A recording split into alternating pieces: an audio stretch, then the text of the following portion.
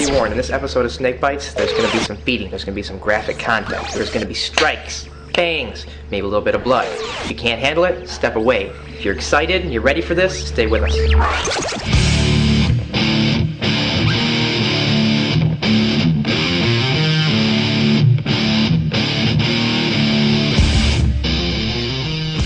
Hey guys, what's going on? It's Brian back here with Wild Bill. We're in the python room getting ready to do some feeding. Let me show you some of my favorite animals back here. One of the coolest and prettiest animals that we work with back here are these albino reticulated pythons.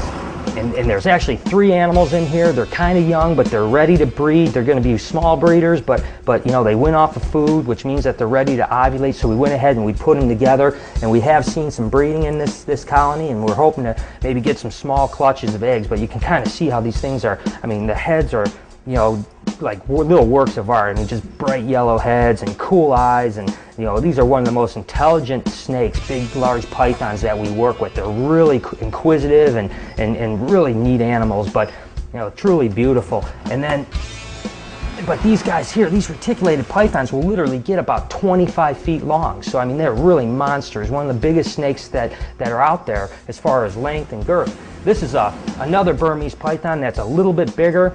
This is actually a girl that's big enough to breed. Again, she's not a real big girl because these guys will get probably about 2 to 3 times the girth of this animal, but you get the idea. And you can see she's pretty much ready to feed. We're going to be doing some feeding in here, and you got to be really careful with these girls, because if you're not careful, they will come out and get you, like she's trying to come out after me right now. You can see you got to be really careful around these things. Get her to get back in her cage. So we ended up getting away unscathed here. Now this is one of my favorite snakes that I actually own.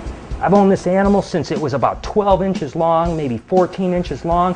She's about 16 years old now, and she's, you know, she'll really, you know, she'll talk a lot and she'll hiss and stuff like that, but she's actually just a good puppy dog. I mean, she's a great animal, but you definitely don't want to get bit by something like this, because trust me, you get nailed by that, you're going to feel it. You're probably going to the hospital for some stitches, and you got to be really careful. But you know, I've been keeping these big snakes for about 20 years now, so I have a pretty good feel. As a matter of fact, I'm one of the guys that kind of went backwards, where most people keep small snakes and then work their way up to bigger snakes. I really was breeding big snakes when I was a kid, and now I'm really working with the much smaller snakes. And as a matter of fact, speaking of the big snakes, there was a question on a forum that I want to talk about. Forum user Dave1980 asks, "Hey Brian, I'm thinking about getting some bigger snakes like a Burmese python or a nice size retic. What kind of space do I need to hold such an animal, and how big should I expect it to get?" Okay, thanks for the question. It's about snakes and about the size of snakes and about enclosure size. We're here with Wild Bill here. He's my main python guy. He works with me with the big snakes as well as the ball pythons.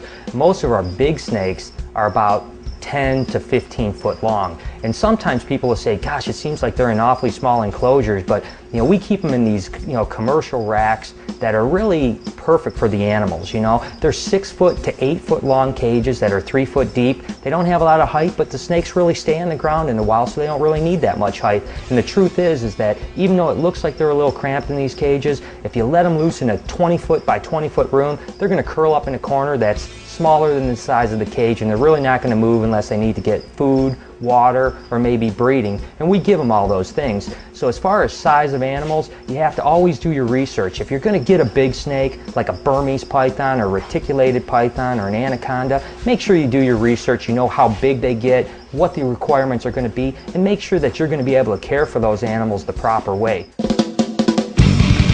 I'm in charge of cleaning the big snakes, taking care of the big snakes, and the adult ball pythons. Wild Bill is probably one of the craziest guys we've got going here. He's probably the most passionate guy. Of the people that work here, Brian and myself are probably the only ones that are really passionate about the snakes. Basically, Wild's back there cleaning the snakes a lot of times a day or two before feeding, and it's kind of a little bit backwards because they get more aggressive as time goes on with in between feeding. When we start feeding them rabbits and larger food items, they get more aggressive because they're hungry. They want to, you know, they want to eat all the time. Burms are naturally like that anyway, I think. Sometimes when you open those cages, man, they're coming out at you, and there's just not much you can do to get away from them. So the ones in Brian's facility are here for mainly breeding purposes, so they're not more of a pet, so they're a little bit more aggressive than most.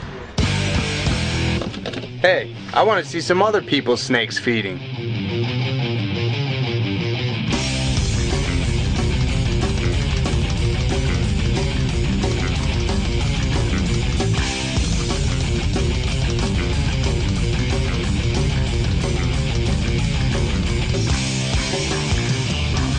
Wow, that was pretty cool.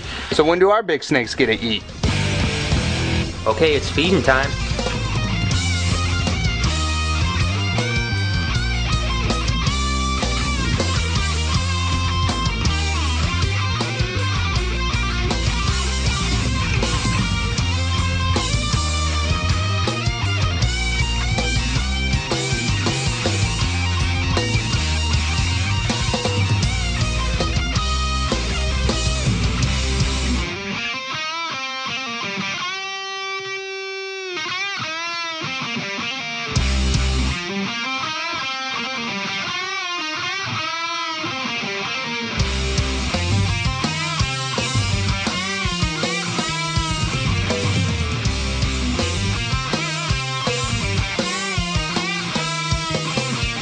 Well, what happens after I feed the snakes is I move on to a different room. You know, there's always something to do. You don't ever want to pick one up or try to move them after they digested a big meal.